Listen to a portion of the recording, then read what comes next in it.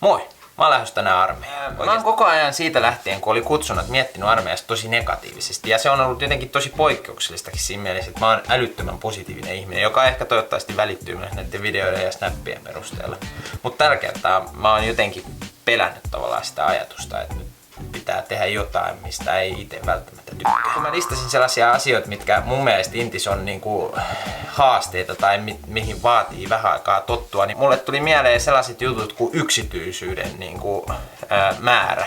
Et silloin kun kavereita on tavallaan ympärillä yli 10 koko ajan, sä nukut niiden kanssa, syöt niiden kanssa, oot niiden kanssa, te teette yhdessä paljon juttuja ja varmasti myös paljon isommalla porukalla, niin siinä varmasti kärsii sellainen yksityisyyden tai oma rauha. Sellainen vapauden rajoittaminen on tietysti kans yksi juttu, että tällä kertaa kun sut määrätään ja käsketään. Se on niinku uudenlainen tilanne, mihin mä oon tottunut kirjoitusten jälkeen. Kirjoitusten jälkeen mä oon tehnyt just niitä juttuja ja just niitä töitä, mitä mä oon rakastanut ja mistä mä oon tykännyt.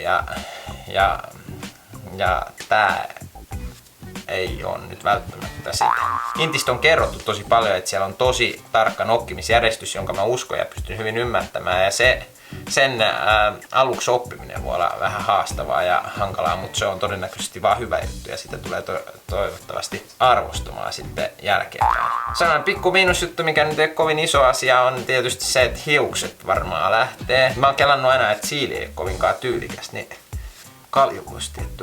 Ehkä sellainen iso juttu armeijassa on se, että se on kovin vieras ja tuntematon mulle. Tosin se on varmasti niille kaikille 12 muullekin 1000 kaverille. Mä en tiedä sitä, minkälaista tulee olemaan. Se voi olla tosi kivaa, mutta se voi olla myös tosi ikävää. Ja siitä liikkuu niin paljon erilaisia kokemuksia ja kertomuksia, mitä on kuullut. Toiset kysyy, että kuinka paljon ottaa päähän ja toiset sanoo, että se on ihan elämän parasta aikaa. Mutta sellaisia hyviä puolia on varmasti se, että sieltä saa tosi paljon hyviä uusia kavereita. Onhan se ihan vääjäämätöntä, että kun sä oot koko ajan uudenlaisten ihmisten kanssa tekemisissä, niin totta kai niistä tulee kavereita jossain vaiheessa. Sitten semmoisen uudenlaisen perspektiivin varmaan saa. Mä oon aina sanonut, että ulkomaanmatkailu on hyväksi, se avartaa ja toivottavasti tää kokemus tulee kans avartamaan. Sitä en tiedä, että kun Suomi täyttää 100 vuotta ja on tavallaan juhlavuosi, että miten se vaikuttaa vai vaikuttaako se mitenkään. Mutta onhan se jälkeenpäin siistiä miettiä ja muistaa sen ainakin varmasti, että koska on Intissä.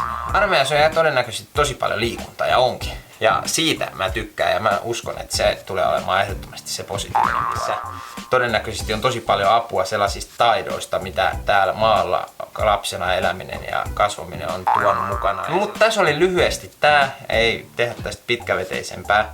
Kiitos kun katsoit, kiva jos tykkäsit ja me nähdään seuraavassa videossa. Oli sitten tukkaa päässä tai ei.